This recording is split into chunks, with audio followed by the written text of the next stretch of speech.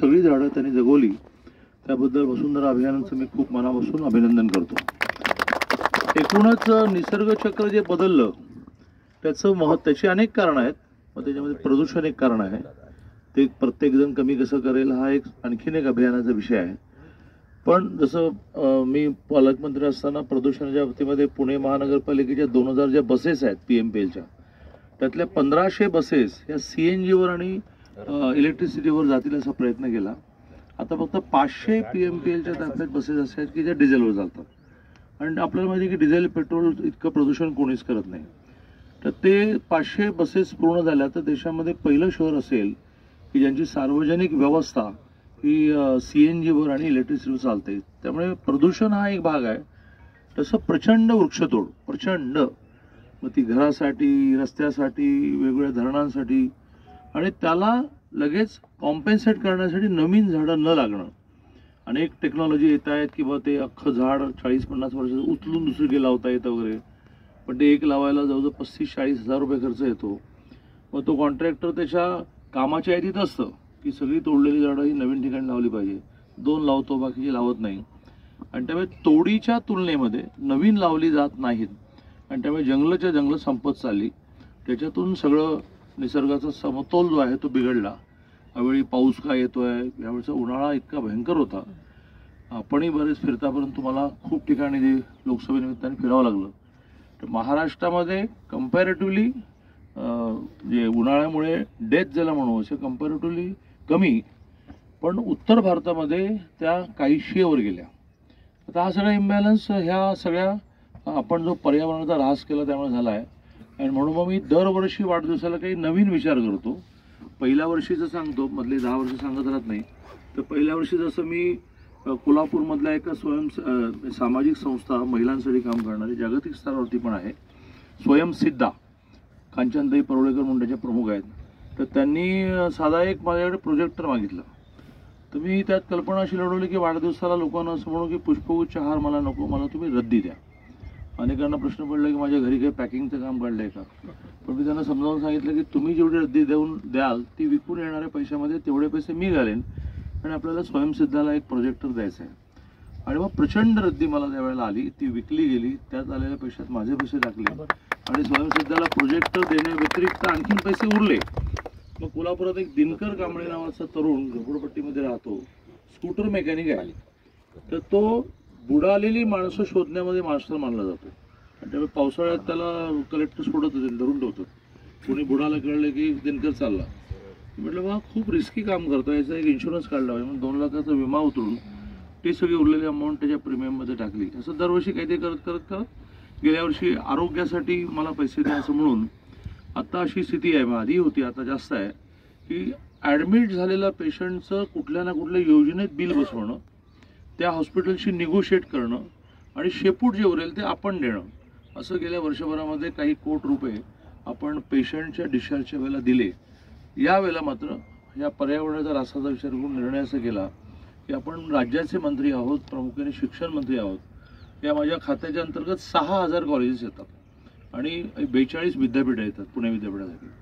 तर ह्या सगळ्यांना आवाहन करू, सगळ्या कार्यकर्त्यांना आवाहन करू आणि 65 वर्ष पूर्ण झाल्याच्या निमित्ताने वर्षभर 65,000 झाडं लावू.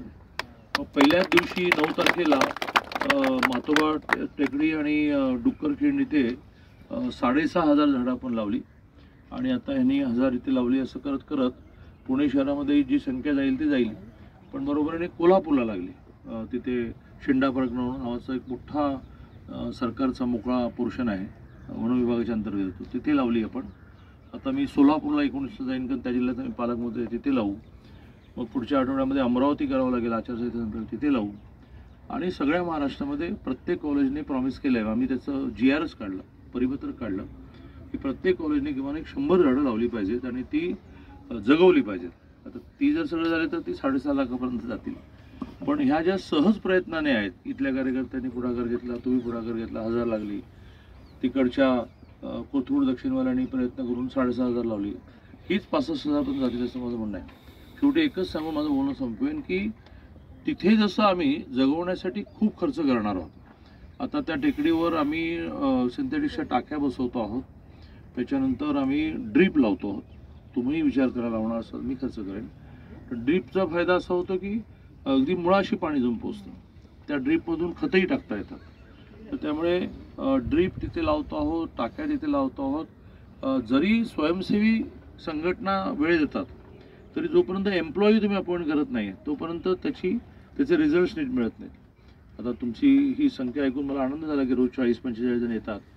पण BJPच्या रोजच्या कामामध्ये असे रोज सकाळी येऊन झाडांसाठी वेळ देतील अशी स्थिती नाही.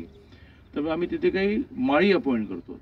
पुणे विद्यापीठाचं सहकार्य घेतलं आहे. पुणे विद्यापीठाचे वनस्पती शास्त्राचे जे प्रमुख आहेत ते खूप रेग्युलर येत आहेत, माती तपासत आहेत, कुठली झाडं लावा, कुठली खतं घाला, असं खूप सिस्टमॅटिकली ही झाडं जगवण्याचं काम चाललं आहे. तुम्ही तर ऑलरेडी 10, 12, 15 वर्ष 2006 पासून होते. 6 पासून म्हणजे आता 20 वर्ष 18 वर्ष झाली करता आहात. त्या अनुभवाच्या आधारे तुम्हाला जे जे लागेल ते तुम्ही सांगा, ते आपण नक्की देऊ. जसं एक मुद्दा आला की इथल्या फॉरेस्टच्या लँडमध्ये एक खण आहे, त्यातलं पाणी तुम्हाला लिफ्ट करायची परवानगी द्यावी. तर मी गणेशला असं म्हणेन की लगेचच ऑथॉरिटी शोधा की कोणाशी बोललं पाहिजे आणि त्यांना घरी चहाला बोलवा आणि अपील करू की तो मग एवढंच म्हणेल की बाबा हे लिफ्टिंगची मोटर पाईपलाईन त्यांना आमचं आम्ही करू. पण फॉरेस्टच्या लँडमधली माती जरी उचलायची असेल तर थेट दिल्लीपासून परवानगी मागायला लागते. हा माझा अनुभव आहे. त्यामुळे अनेक रोड्स अडलेले आहेत, अनेक विमानतळ अडलेले आहेत, ते बिलकुल परवानगी देऊ शकत नाही. तर आपण म्हटलं अहो पाणी आहे, पाणी कळलं माझी नोकरी जाईल म्हणून, तर एकदा त्याला बोलवून घ्या. अन्यथा दुसरा पर्याय असा आहे की जसं मी गेल्या मार्च-एप्रिल मेमध्ये माझ्या पैशाने बाणेर बालेवाडीला काही कोटी रुपयाचं पाणी दिलं. 18 कोटी लिटर पाणी आम्ही दिलं. तर त्या तुलनेमध्ये हे काहीच नाही. तर समजा टँकर आणि रस्ता चांगला केला आहे, टँकर वर येण्याची सुविधा असेल तर पावसाचे 4 महिने आता जातील. ज्यावेळेला पाऊस चांगला आहे असं हवामान खात्याचा अंदाज आहे आणि अलीकडे हवामान खात्याचा अंदाज चुकत नाही. खूप टेक्नॉलॉजी ॲडव्हान्स झाली आणि त्यामुळे. पण दुसऱ्या बाजूने असं म्हणत असताना मान्सून सुरू झाला आणि पुन्हा थांबला आहे.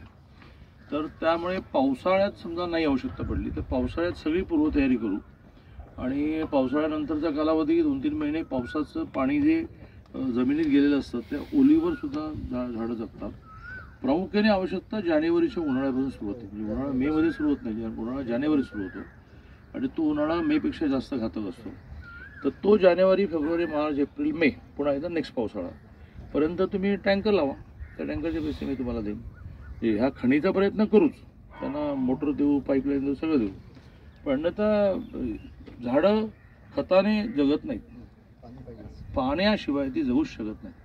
महाराष्ट्रामध्ये सुद्धा शेतकऱ्याचं उत्पन्न आपण वाढवू शकलो याचं कारण 14 ते 19 देवेंद्रजींनी जलयुक्त शिवार नावाची योजना राबवली की प्रत्येक गावाने आपल्या गावात पडणारा पाऊस पकडा, असं ते फार सोप्या शब्दात सांगायचं, आणि तो जमिनीमध्ये मुरवा, तर तुमच्या गावातल्या विहिरींना आणि बोरना पाणी येईल.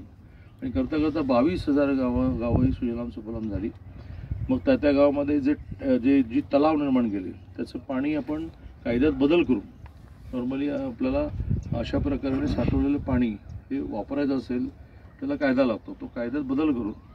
त्या गावाने जे पाणी पकडलं ते त्यांना खरीप पिकांनाही वापरायला आपण परवानगी. तर ते जसं झालं त्यावेळेला असं लक्षात आलं की पाण्याशिवाय काही खरं नाही. तर ते पाणी उपलब्ध करण्यासाठी जे करावं लागेल ते करू. आपल्या सगळ्यांचं खूप अभिनंदन, खूप शुभेच्छा. आणि एवढ्या सकाळी आलेल्या BJPच्या नेत्यांना असंच तुम्ही रोज लवकर उठत जा आणि कधी घरातली कामं करा, कधी